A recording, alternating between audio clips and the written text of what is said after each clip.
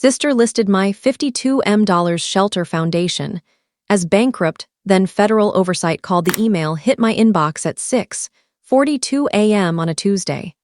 Subject: estate liquidation, immediate purchase opportunity. I was alone in my $1,100 month studio apartment, 15 minutes from the main shelter, stirring sugar into my coffee when the phone started buzzing like an alarm. Texts, voicemails, missed calls, dozens in minutes. Every message carried the same panicked question from people I'd helped house over the last 10 years. Is it true? Are we losing our homes? I opened the email. It was from my sister Sarah. She had sent it to 847 people, donors, partners, former residents, staff, even distant relatives. The body read, effective immediately, my brother Daniel Martinez's failed charity Haven Foundation enters liquidation. All 12 shelter properties now available for purchase. Total listed value, $22 million. Serious inquiries only. 20% deposit required to reserve. Wire transfer details below. My hands lost feeling. The coffee maker beeped behind me, ignored. Those 12 buildings housed 2,184 people every year. Emergency beds for crisis nights. Transitional apartments for rebuilding. Permanent supportive, housing for men and women who had spent decades on the street. 10 years of work. $52.4 million in annual funding. $18.2 million federal grants. $16.8 million state contracts.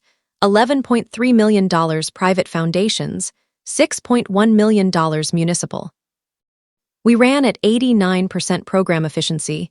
89 cents of every dollar went straight to services, not overhead. Sarah had declared the whole organization bankrupt and was collecting reservation deposits. I scrolled. 43 people had already replied expressing interest. 7 had wired money, $3, $1 million total in deposits for properties she had no right to sell. The phone rang. Maria Chin, our operations director. Daniel, what the hell is going on? HUD just called. Your sister contacted them saying the foundation is insolvent and she has power of attorney to liquidate assets. She sent documents. They look real, notarized, legal letterhead. HUD is putting our $18.2 million grant under immediate review. The floor tilted. 10 years, 2,184 lives every year, Federal Excellence Award, State Housing Innovation Prize. National Best Practice designation, all hanging by a thread because my sister decided I was a failure and needed saving. Sarah always measured worth in dollars. Her tech executive salary, $340,000. House, $1.8 million. Car, $87,000. My $56,000 salary and one-room apartment never made sense to her. In her mind, I had to be failing, so she intervened. I had spent 38 years chasing the gambler's fallacy with my family. If I just did enough, sacrificed enough, proved enough. Eventually, they would see me as successful. Sarah had just burned the slot machine down and walked away counting imaginary coins. By noon, we were in the conference room. Maria, our legal counsel, me, and 17 staff members on speakerphone, voices tight with fear. Catherine Morrison, HUD Oversight Director, was scheduled to arrive at 2 p.m. to investigate Sarah's claims of insolvency and fraud. Maria spread files across the table. Every audit, every 990, every grant drawdown report, every property deed in the foundation's name, every bank statement showing solvency. We're clean. If HUD freezes the grant, we're finished, I said quietly. 48 days of reserves. Mid-January, we're out of cash. 2,000 people on the street in winter. My phone lit up again. Sarah in the family group chat, finally helping Daniel face reality. His charity is obviously failing. Selling properties before creditors seize them. Already collected $3.1 million in deposits. Someone thanked me for saving the family reputation's smiling face with smiling eyes. Mom, thank God you're handling this. Daniel never understood business. Marcus, good riddance to that money pit. About time he got a real job. They were celebrating. celebrating the possible destruction of homes for 2,184 vulnerable people, all because they were convinced I was incompetent. Catherine Morrison arrived at 1:58 p.m. Late 50s, federal badge, plain briefcase, firm handshake, unreadable expression. Mr. Martinez, I'm here regarding allegations of insolvency, fraud, and unauthorized liquidation of federally funded assets. Your sister filed formal complaints with HUD, FinCEN, and DOJ. Our walls were covered with impact posters, success metrics, before and after photos of residents who moved from tent to apartment. Smiling kids in our after-school program. 10 years of proof. She opened her laptop and began reviewing financials, audits, grant compliance, deeds. Bank statements showing $4.7 million operating reserves and $8.3 million restricted grant funds. 40 minutes of silence. Then she looked up. Your organization manages $52.4 million annually. Federal, 18.2 M state, 16.8 M private, 11.3 M municipal, 6.1 M. You serve 2,184 individuals across 12 properties, 187 emergency beds, 94 transitional units, 73 permanent supportive units. Program efficiency 89%. Transitional housing to permanent housing success rate 76% within 18 months. Chronic homelessness retention 84% after 2 years. She lifted Sarah's email. Your sister claims bankruptcy.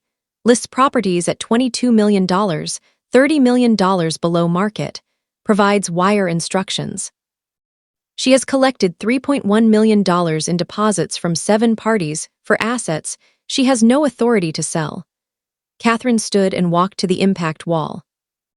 Stopped at a 2019 ribbon-cutting photo. Federal officials, state reps, mayor, me in the back row looking uncomfortable in a borrowed suit. Her finger rested on a young woman holding a home at last sign. That's my daughter, she said softly. The air left the room. 8 years ago, Emma was living in her car, untreated bipolar disorder. Lost job, lost apartment, stopped meds because she couldn't pay. 23 years old and refusing help. I couldn't reach her. She wouldn't come home, wouldn't admit she was sick. Catherine's voice cracked. Your outreach team found her in a parking garage. Your crisis counselor sat with her 6 hours, just listening, no pressure. Got her into shelter that night. Mental health coordinator connected her to county services. Case manager helped with disability benefits, meds, psychiatric care. She stayed in transitional housing 14 months, stabilized, started part-time work, moved into permanent supportive housing. 3 years later, she's a peer counselor at a mental health clinic. She's alive because of this place. She showed her badge. Director of HUD Oversight, Western Region. 22 years. I came because your sister reported this foundation bankrupt and claimed she was liquidating to prevent fraud. I came because someone alleged financial crimes involving $52.4 million in federal funds. She sat again. I've reviewed 4 hours of documents. Bank statements match grant draws. Every deed is clear, no liens, no debt. 10 consecutive clean audits. Haven Foundation is not insolvent. It is one of the most fiscally sound nonprofits in my region. 73 days reserves against a 30-day requirement. 89% efficiency against a 65% benchmark. Outcomes exceed national standards. She slid an official letter across the table, HUD seal embossed, Sarah's email attached as Exhibit A. Your sister has no authority. She fraudulently claimed power of attorney. Collected $3.1 million in deposits for sales she cannot execute. I am referring this to FBI financial crimes. Wire fraud over $1 million is a federal felony. Fraudulent sale of federally funded property is a federal felony. Forged documents are a federal felony. She faces 15 to 20 years. My chest tightened. I don't want to press charges against my sister. You don't have to. The United States is the victim. HUD is pressing charges. This is not optional. She made a call. Director Morrison, HUD Oversight. I need FBI financial crimes at Haven Foundation immediately. Wire fraud, forged documents, attempted theft of federal assets. Suspect has collected $3.1 million in fraudulent deposits. She hung up. Can you get her here? Sarah arrived 42 minutes later with Mom and Marcus. They walked in laughing, confident they'd done something noble. Finally cleaned up your mess, Danny, Sarah said without looking at Catherine. Already collected over $3 million. You're welcome, Ms. Martinez, Catherine cut in. Sit down. Sarah saw the badge and froze. Who are you? Catherine Morrison, HUD Oversight Director. I'm investigating your complaint that Haven Foundation is bankrupt and requires liquidation. Finally, Sarah said, sitting, someone who understands business. My brother's been running a charity scam for years, barely making it.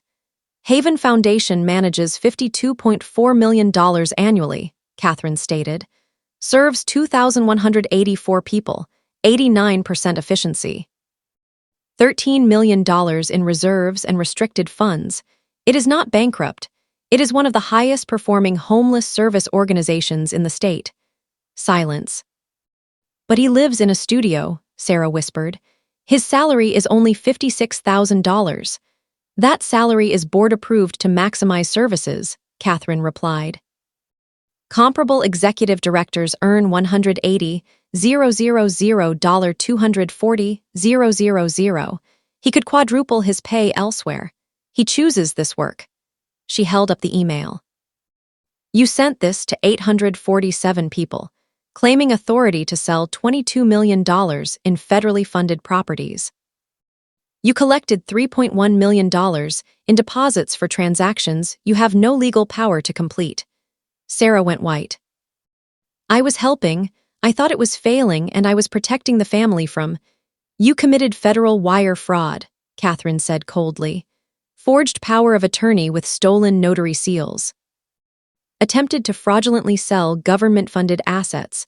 Collected millions for impossible sales. She showed her phone. FBI financial crimes is 10 minutes away. Wire fraud over $1 million carries up to 20 years. Attempted theft of federal assets adds 10 more. Mom stood. This is ridiculous. Sarah was trying to help. I'm not arresting her, Catherine said. The FBI is. She committed federal crimes involving $22 million in taxpayer-funded housing. Catherine touched the 2019 photo again. 8 years ago, my daughter was homeless and mentally ill. Your son's organization saved her life. Housing, medication, stability. She's now a peer counselor helping others. You tried to destroy that because you couldn't understand why he would choose purpose over profit. You judged him by his apartment instead of his impact. She pulled out documents. HUD is issuing a public commendation for Haven Foundation. Daniel will receive the National Housing Excellence Award. His model will become a federal case study. She looked at Mom and Marcus. I reviewed transfers. Daniel sent you $64,800 over 10 years while earning $56,000, while you called him a failure. Sarah started crying. Mom looked ill. Marcus stared at the floor. The 7 depositors will sue you civilly for fraud, Catherine continued. You'll spend years in court and likely prison. You'll lose everything defending this. Sirens grew close. Catherine gathered her papers. Your brother built something that saves lives. You tried to tear it down because sacrifice didn't fit your worldview. FBI agents entered. Badges, rights read. Sarah handcuffed, sobbing, I was just trying to help the family. I watched her leave. Felt nothing, no anger, no guilt, no satisfaction.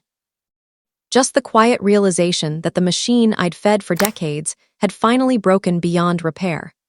4 months later, Haven Foundation received $6.8 million in new federal funding. We expanded to 14 properties, serving 2,847 people annually.